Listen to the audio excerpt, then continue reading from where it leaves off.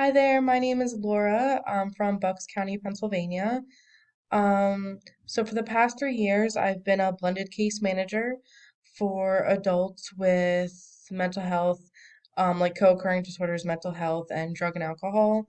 But recently, I just accepted a new job that allows me to be at home a little bit more and focus on school right now.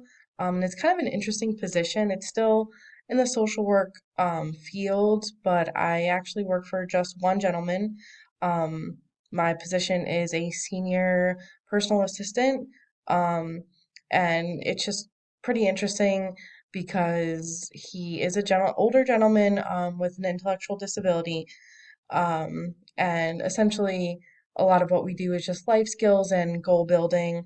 But his family's high profile, so um, that's the really interesting part of this job is that sort of stuff, and learning to deal with um, the pressures of that coming from working with almost a complete opposite population.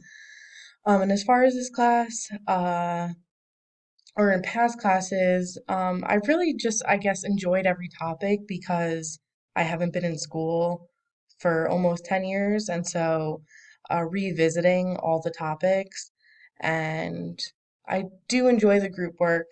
Um, and as far as what I'm looking forward to in this class is just seeing how policies affect us as social workers in the grander scheme of things, on a world level, on a national level, and then, um, at the local level as well, and how that influences how we work with others and, what's changing in our field as well.